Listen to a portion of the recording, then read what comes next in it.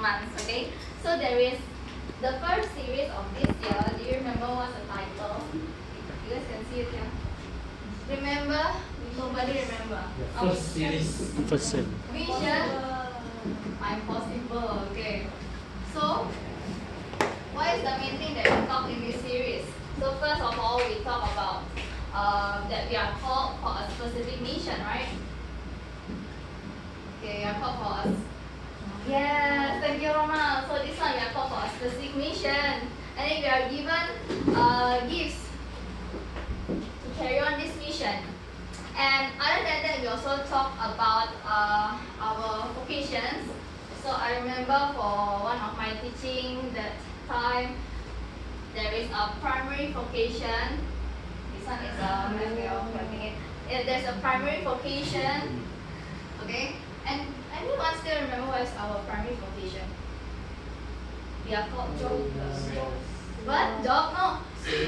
What? Saint. Okay, saints, to be a saints, which is basically to love, and we are called for holiness. Okay, so that is our primary vocation. And then inside our primary vocation, there is our secondary vocation. Okay, do you remember what is that? It's basically linked with our previous topics, which is basically our marriage, our calling, which is either as a religious, okay, whether which is the next one, which is as married people, and as blessed singlehood. Okay, so this one probably can press the next one. This one is actually the things that we are talking about in a next session, in the second session, which is the YOLO. Okay, so these are the things that we have gone through so far. And anyway, one more thing, there's actually a third vocation, which is basically our job, our daily lives. Okay, calling in the daily lives, our job and our daily callings, etc. Okay, so these are the things that basically we have learned so far. Okay, so now we are going to basically talk about, I hope you can see, friends of God. But maybe you guys are wondering what is actually the link between this and this. Okay, and the answer is basically the Bible. The answer is on John 15, which is John 15, verse 1 until 17. Okay, so let's just read this together. Okay. Slowly. Stop. Patience. Your patience. Okay, so before we read this, I'll just pray first, and then I will help to read it. Let's open our hearts. In the name of Father, the Son, and the Holy Spirit. Amen.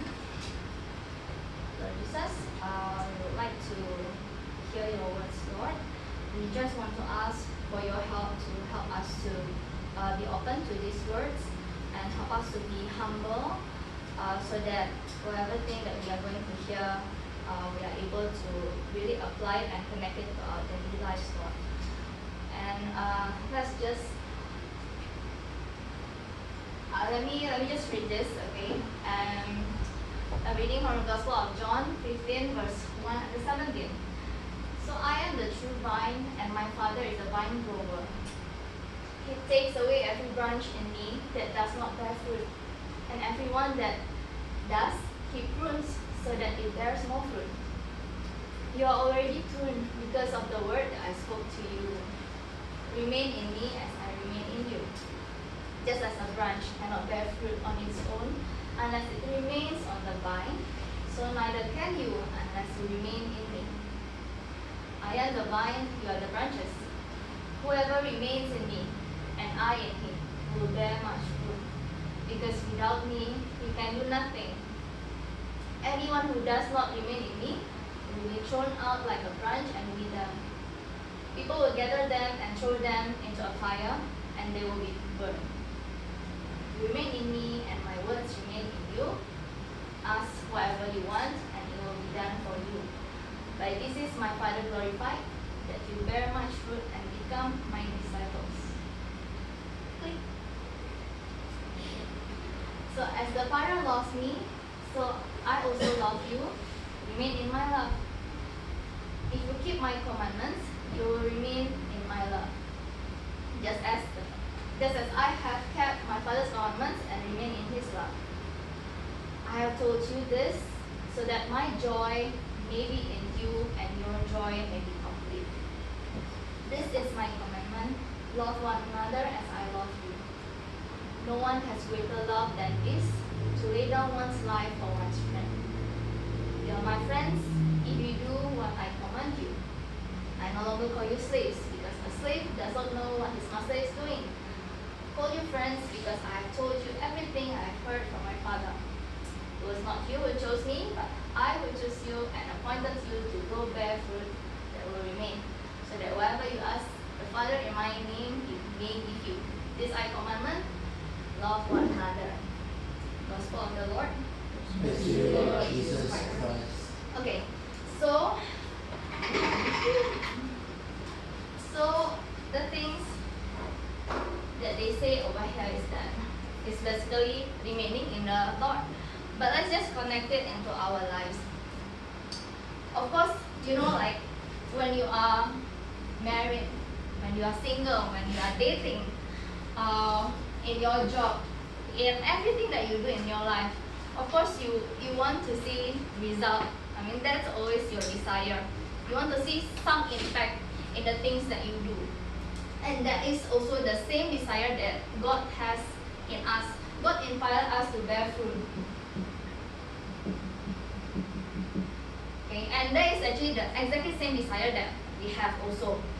But in order to bear fruit, the Lord says, you remain in me. When the Lord says remain in me, is actually it seems like an easy thing, but it's actually not easy to be done. Because to remain in me, what does it mean? It means you need to know him, of course. You won't remain in someone who you don't know. You need to know him. You also need to talk to him.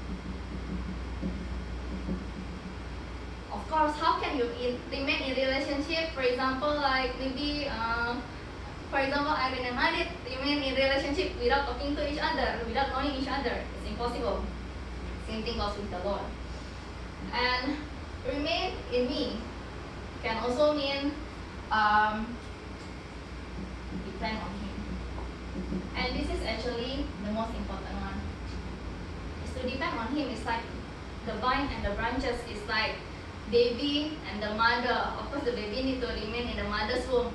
If let's say go out before the 9 months, baby needs certain further help. Correct? So of course need to depend on him. So same thing with the Lord. And another thing is to remain in God, right? Okay, since God loves us so much, but the way he loves us is really not always the sweet kind of love. God also loves us in a slightly harder way, and just as what the Bible has said, he also pruned. So pruned by him. And this is actually the one that is very painful. And I'm going through it right now, which later I will share it. So these are the things that basically you need to have in order to remain in him. But in order to do this, it's not easy. Of course, to know people, you need process. To start talking to people, you need process. At first, you are not used to talk to certain people, but after certain time, you will get used to it. And then, to depend on him, it needs certain trust. So if you don't know him, you don't talk to him, then you cannot. It's hard for you to trust him. and even to be pruned by Him. How can you support, like you correct others, but these certain others don't know you? This when you correct others, you need to know the person first personally.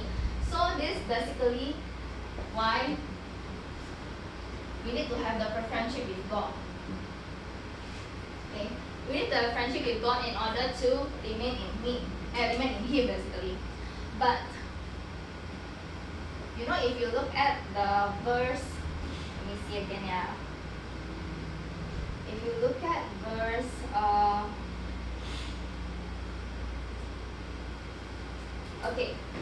verse 10. Okay, look at verse 10. If you keep my commandments, you will remain in my love. So to remain in Him, also you need to keep His commandments. And what is His commandments? Just to love one another. Okay, and He even says something. God even says something that is even more difficult.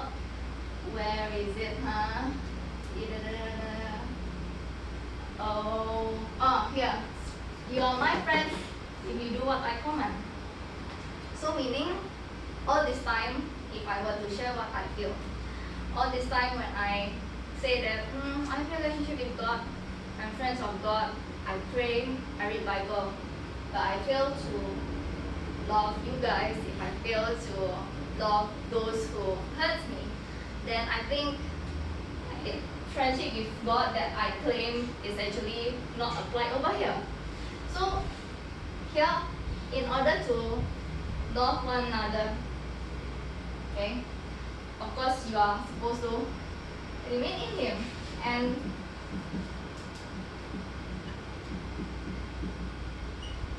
this is where actually the friendship with others comes in. So my point over here is that when you want to remain in Him, actually it sounds very simple. There is actually just the cross.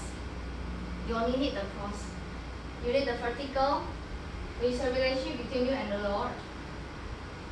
And you also need that relationship with others. And these two need to go hand in hand. Why I say it need to go hand in hand? Because how can you claim that you are friends of others if, let's say, you don't remain in God? You might be able to relate with others, you will be able to talk with others, but it won't be based on love, which is based on the Lord. And also, you cannot be friends of God if, let's say, you are not friends of others, because as He said, if you want to be friends of God, you will need to remain in Him, and that comes together hand in hand. So basically, the key things for this chapter is, where is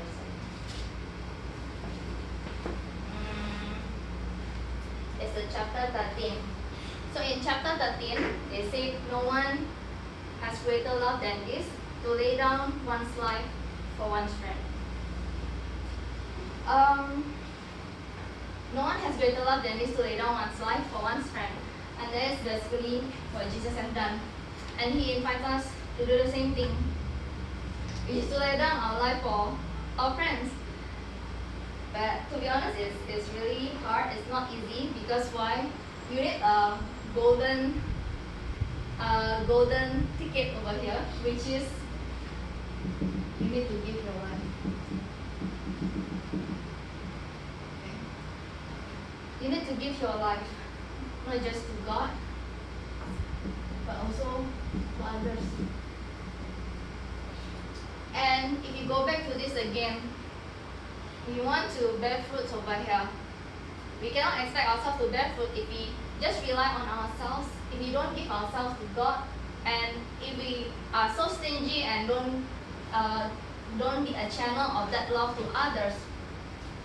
So this is basically the key, and this is the thing that we are going to talk about for the next several weeks, which is in this particular series of Friends of God. Okay, and in order for you to your life to God, of course, you need a certain process, right? In this process, and that's why if you connect back to our Emmaus, we have a mission and we have a way of life. And when I prepare for this session, actually I can see a really close connection, and it affirms me that this mission and this way of life that God has encouraged us to do is really valid. So,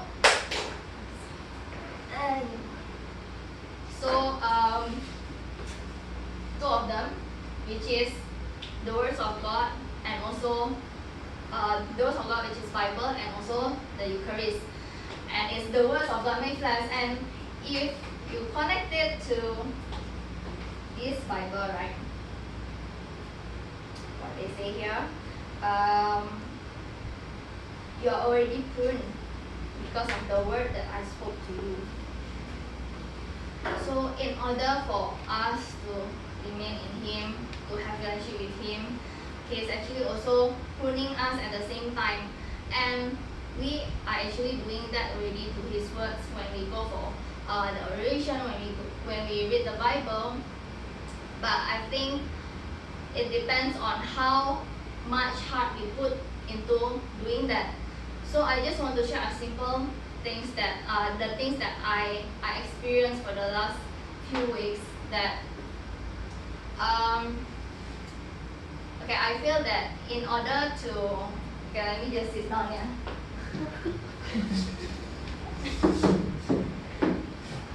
Okay. No need. I trained already. I trained using Toby yesterday. You are used. You are being used, bro. Yeah, so I mean, yeah, this teaching actually comes at exactly the right time. And I actually initially, okay, let me just share the process of giving this teaching. I actually don't want to give this teaching at first, but too bad, the other teachers cannot make it. So I become the sacrifice lamb. Sacrifice pop. I become the sacrifice pop. And I need to give the teaching. And to give teachings, right, I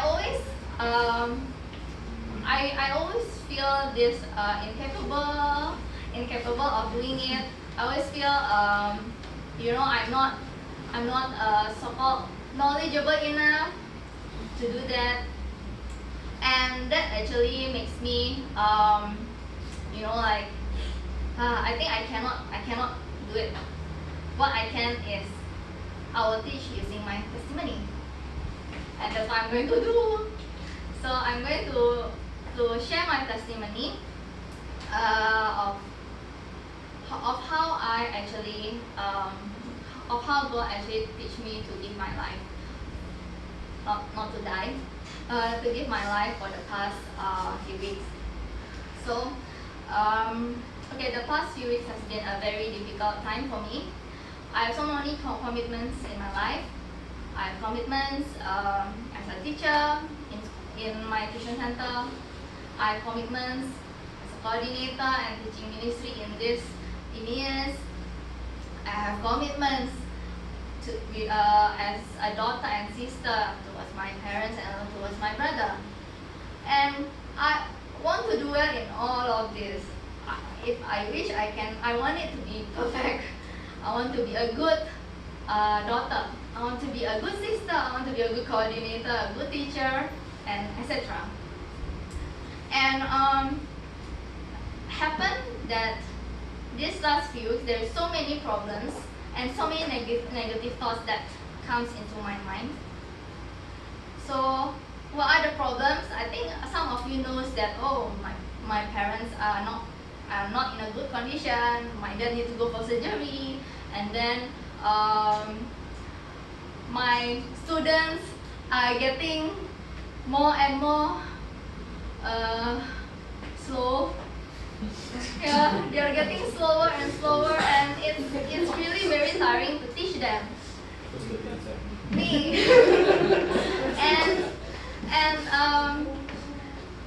and also like in EMEAS, to be honest, I'm very jealous of like other communities, seeing other communities. How come other community there are so many people? I see the pictures of Amoridiola. Sorry, I shouldn't say the name.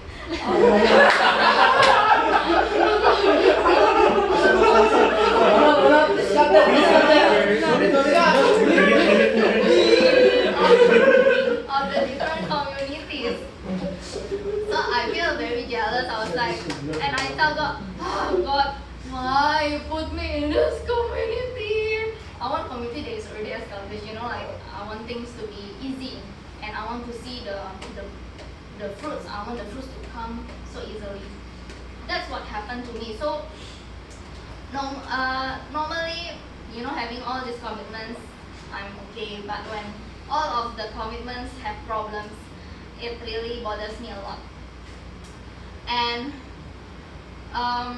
at the same time, to be honest, as I said, this our way of life, and it's not there already. There's two way of life, so which is a word of God and also adoration to Eucharist.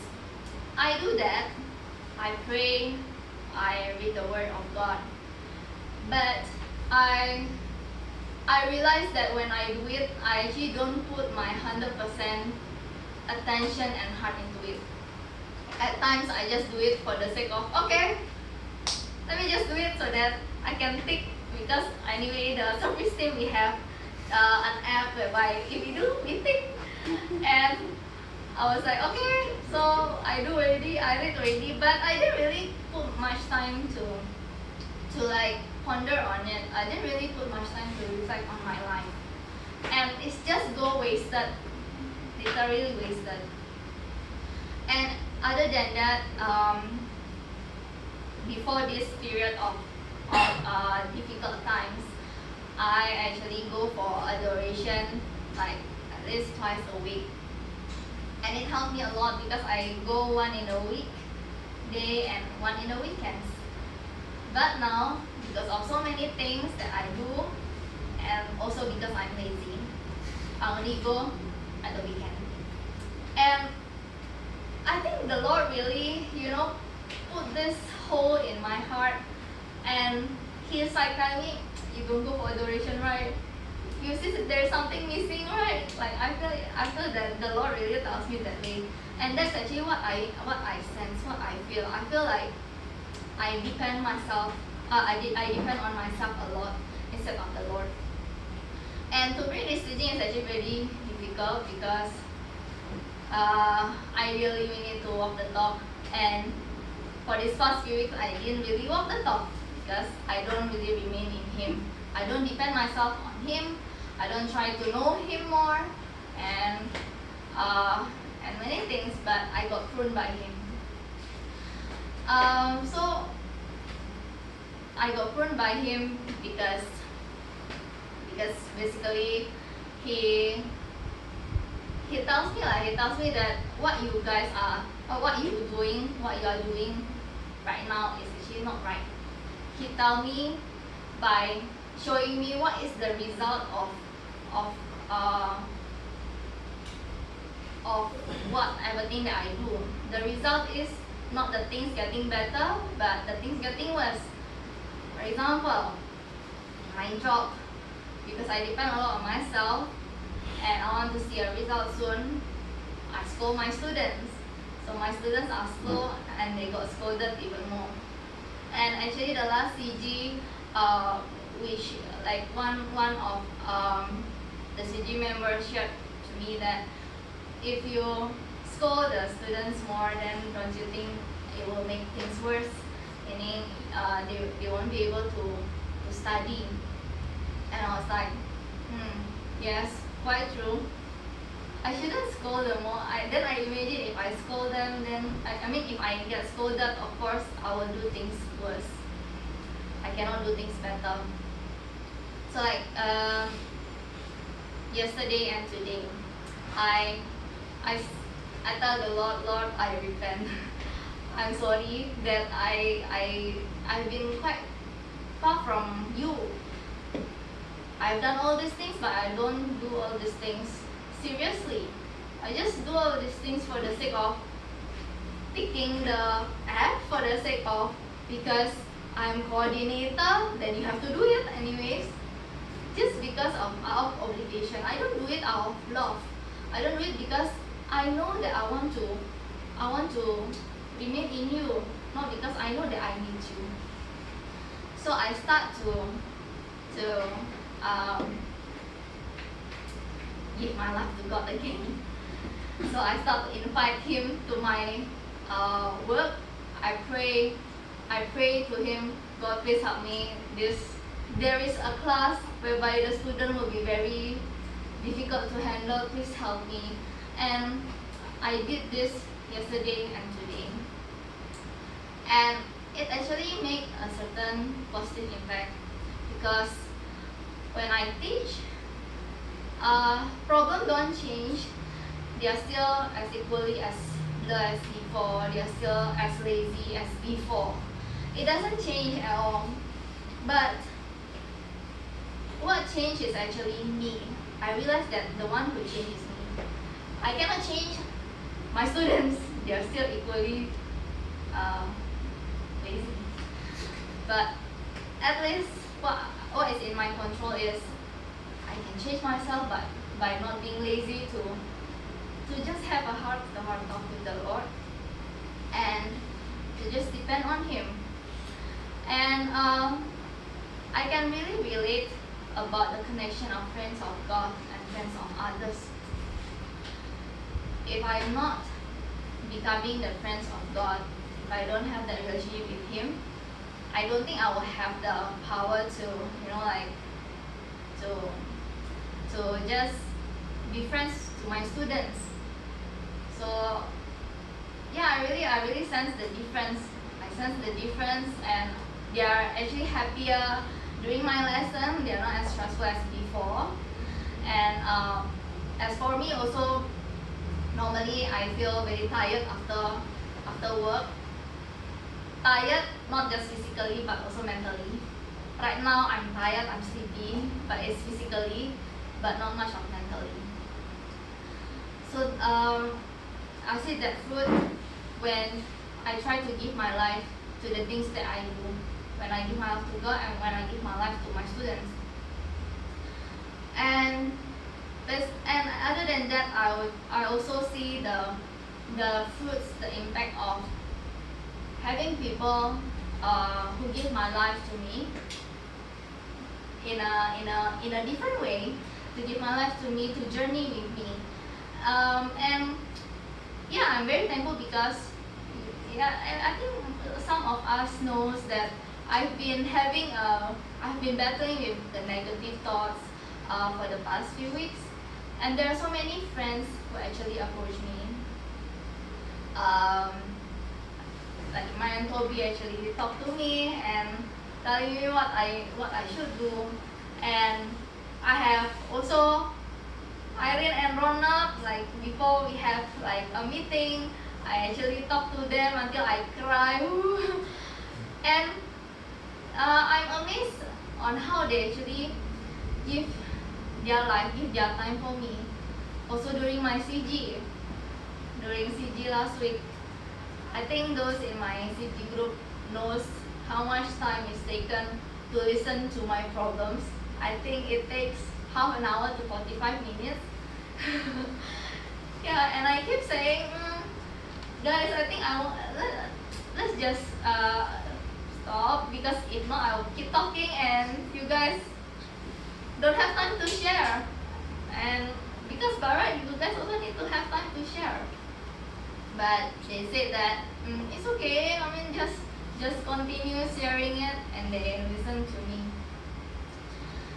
And through these little things that I see, through my friends, through my parents, how they give my life to me in one way or another, it actually strengthened me in a way that, okay, sometimes I just don't feel like giving my life to others because I think I have already too much things in my hand.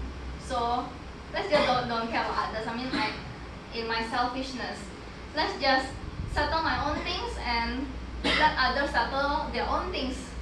I mean, my things haven't settled yet, then why should I help other people? But the Lord helped me to realize that I also received this love from others. Also received this friendship from others. And that energized me and inspires me to basically also give my life to others in one way or another. So, basically from this whole thing, there is one thing that I want to leave it to you guys is that it's in the Matthew chapter 16, verse 24 to 25. It's okay, it's not there.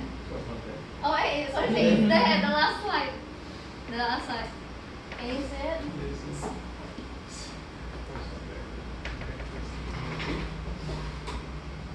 This one. So, God says that, take up your cross and follow me.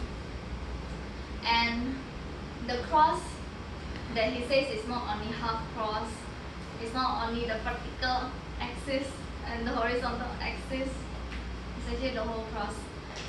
And this actually really sums up the whole things in this series, which is to give our lives for each other. And I have realized it for these past few weeks that when I give my life to others, I will gain it, I will have a joy. Although it's not, a very wow, a rah-rah joy, but it's something that really bring my heart to a further happiness, better happiness. And so I encourage you guys to together as one family in Emmaus to just journey together as our mission, which is to journey with one another and to encounter Christ with each other, to give life for one another, and instead of trying to save our life and lose it, let's just learn to give life. And of course, throughout the way, it will be difficult for us, and that's why we are a community, and that's why we are going to have this series, because this series will consist of 4 different topics. So the first topic, we are going to talk about responding to God's friendship. Yes, responding to God's friendship. It's here, but it flies sometimes. Responding to God's friendship. The second one, okay. And we will learn about how we actually practical ways to build that friendship with the Lord, and how to face those temptations of sins, etc. And in the next topic, we will talk about for and with others. So as I said, we are encouraged to give our lives for others and to grow together with others. And in this for and with others, we will also talk about the different types of friendship, and also how to start journey with others, how to start communication with others, because many of us actually sometimes also feel like inadequate of starting journey with each other. So it will be talked about in that particular topic. And the next one will be on fraternal correction. So as I say, and as the Bible says, we get pruned by the Lord, and the Lord also use other people to prune us, to correct us, and to be a better person. So many a times it's hard for us to correct others because we are scared of hurting each other. So we will learn the practical ways also on how to correct others in a more loving way during that particular topic. And the last one is imitator of Christ. So how to of course how to imitate Christ, how to see others as Christ sees them.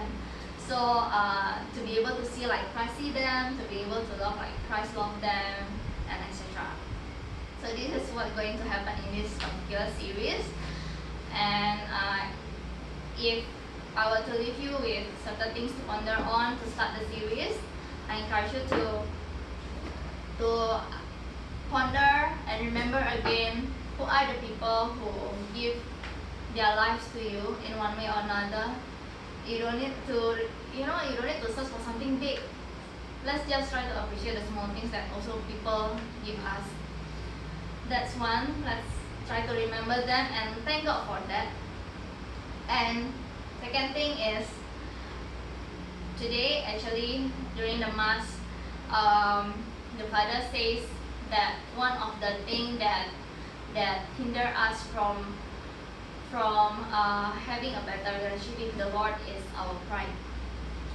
Sometimes we don't have that humility. We are too prideful. We think that we are okay. We have done all the things that we need to do, and that hinders us from being changed, being transformed by the Lord. So one thing that I would like each one of us to pray about is, let's pray that the Lord will just remove this sense of pride, because pride, the priest just now leads to disgrace. Disgrace means the grace of God is hard to flow in us because we are prideful. We will depend a lot on ourselves.